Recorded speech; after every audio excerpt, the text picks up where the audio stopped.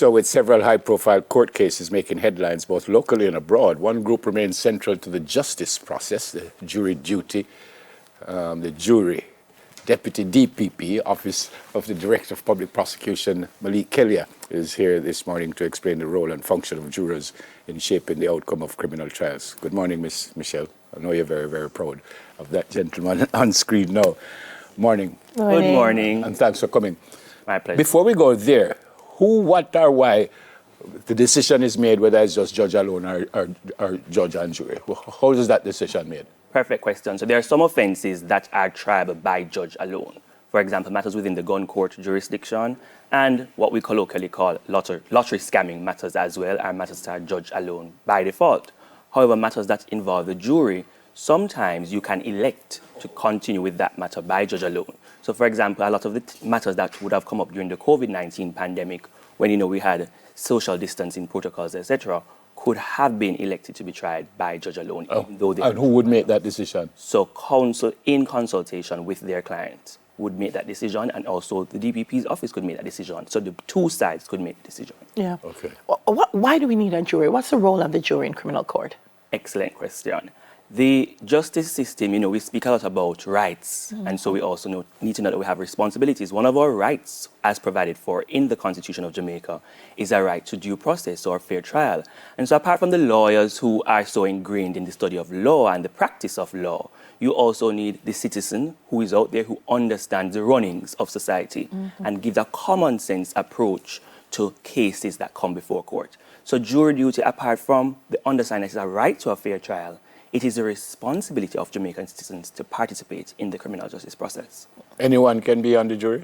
So the Jury Act speaks about persons between the ages of 18 to 70. Once you can speak, read, and write English. You don't have to be an expert, but you must understand basic dialogue, can be a part of a jury. And obviously, you can't be convicted of an offense or have a trial yourself before a court. And the Jury Act also provides for some exemptions. For example, judges can't serve, mayors, councillors, spouses of these persons can't serve, and doctors and lawyers in active practice would not be allowed to serve. How are you chosen, though? You just go put your hand in the bag and Neville Bell name come up and Dale name come up and Well, firstly, again, as citizens, we all have a TRN or a voter's ID. So those lists are what are used by the court to summon persons before the court. So when they're summoned now before the court, and it can be summoned by a post, the mail, or the police can go and serve the summons at your home, those names now of persons are expected to come to the court for their stint. At court now, then as you said, now you're empaneled, so your names are picked out of a bag or bingo type of style to randomly select persons to be empaneled to serve on a specific case. Yes. What we watch on TV is the random selection happens, but then the next tier are the lawyers get to say, no, not him. Yes. Does that part of the process? Yes, so for different types of offenses, lawyers on both sides, the prosecution and the defense, have what you call challenges. And you can challenge for cause, for example, where they just say, based on this type of matter, I just don't want you to serve. You just have a reason. You don't tell the person the reason, you just stand up and simply say, challenge. Okay. And the person comes down. But they don't really understand what is going on at this stage as yet. But you, the lawyer, understand your case and want to determine which member from the pool should be empaneled to serve. If you're not empaneled for a specific case, you join back or rejoin the pool, and thereafter you may be selected for another case in another court. Yeah. I was going to use Delia, but I'm going to use Soji instead. Please, thank you. Yeah. So if Soji is in court for whatever reason, and I work with Soji, can that say you can't be on the jury because I know him well? Excellent question. So again, after you're empaneled and go up into the jury box to take your seat, to prepare yourself to try the case, the judge makes certain inquiries. So he'll ask the jurors, do you know any of the parties in the matter or the accused person? If they say yes, he'll go further, or she may go further and ask the nature of the connection. Because in small societies like Jamaica, I tell even my students, because I also tutor at the faculty at UWI, I'll say, you go to the supermarket every week and you see a nice lady in the cheese aisle and you wink at her. You know her, but you don't really know her.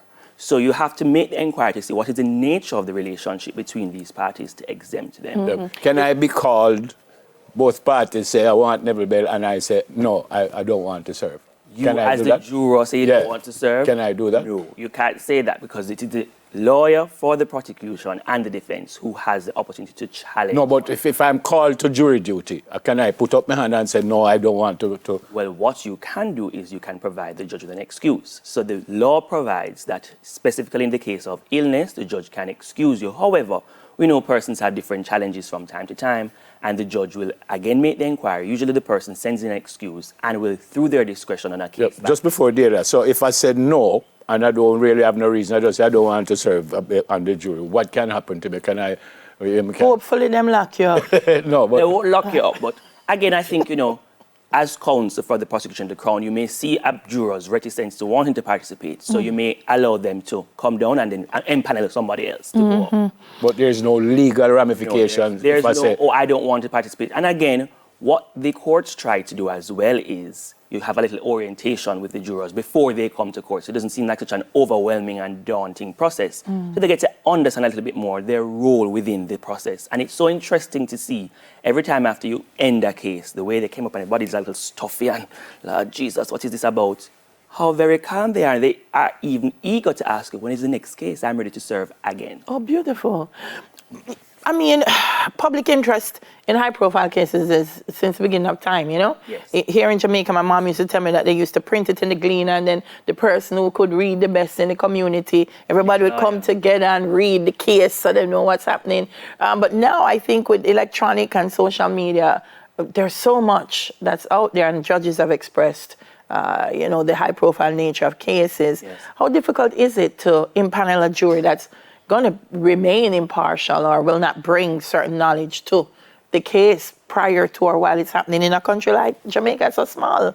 Very interesting and important question. Specifically, in certain high-profile cases, in the impaneling process, before you go up, what may happen as well is the attorneys may ask certain or pointed questions to see if this person can really render a true verdict according to the evidence alone that comes out in court. Okay. And remember that as well, when you are impaneled, you actually have to take an oath, or if you're religious and don't want to swear on the Bible, an affirmation that you're here to render a true verdict according to the evidence alone you hear in court. So what judges continue to do throughout the case, because a case goes on maybe for days at a time, is each time or every interjection they try to remind them, remember your oath, that you're here to render a verdict according to the evidence you've heard in court. And remember as well, you don't talk to anybody outside of the courtroom, don't let anybody influence you, to try and remind them, or play on the conscience that it is important to remember the role that you're taking place in here, and do not go out and do any research as well to influence anyone in the pool. If I'm on the jury and the case starts and things going on, I can get thrown off in the middle of a case? Can be discharged. So why? And what would be the reason? You can be discharged as an individual juror. The jury pool, if it is contaminated by this type of external influences, can also be discharged. In the middle of the trial? Yes. And then what may have happens? to start over. Oh. Yes. So, again, as best as possible, the court reminds jurors continuously as they are listening to the evidence of the importance of their oath, importance of their role, as well as we note as well that criminal offenses can also arise. If, for example, one juror tries to influence other jurors to go a certain way, you can be charged with perverting the course of justice as an offense. And you yourself can become before the courts. Yeah. How is the verdict finally decided? Does it have to be unanimous? Can you say, well, most of them agree, some didn't agree, but most agreed, so we're going with the majority? It's so interesting as well. You see, as Jamaicans, we know each other's body language, who is with you when you're talking. So both sides get an opportunity at the end of the evidence from both the prosecution and the defense to make a closing statement to the jury. This is your last opportunity to get across to them, this is what my case is. But after that, that's not the end of the case. The judge, who is supreme on the law now, gives them directions in law. So that after they see the excitement taking place within the throes of the case, the judge then now says, it's my time now to what you call sum up the case. So he or she gives them a summation, reminding them of some of the salient facts throughout the case, and then giving them directions in law how they are now to go and consider the evidence in order to render a verdict. Now, some verdicts, yes, have to be unanimous. In other cases, however, you can have what's called a majority verdict. So, for example, in offenses where there are 7 jurors involved, you can have 5-2 or 6-1. but you can't have 4-3 because one is negligible in that circumstance. And in that instance now, you'd have what's called a hung jury. So what are the cases that it has to be unanimous? So in unanimous cases, some types of offences under specifically the Offences Against the Person Act, in certain offences with regards to murder, then it may have to be unanimity at some point. Yeah. As a juror, I can take notes and think while the thing is going on? Take notes while the case is going on. Because again, you may want to refresh yourself when you're in the jury room, going over the evidence together with the pool. Interesting. Well done. Yeah, man. Thank you so much. Very well explained. Hi, Miss Mish. You're a nice youth here. Thanks to you. Well, good to see you. My pleasure. Deputy DPP in the Office of the Director of Public Prosecutions, Malike Kellier. After the break, we speak with the first Jamaican recipient of the Diana Legacy Award. So come, big things.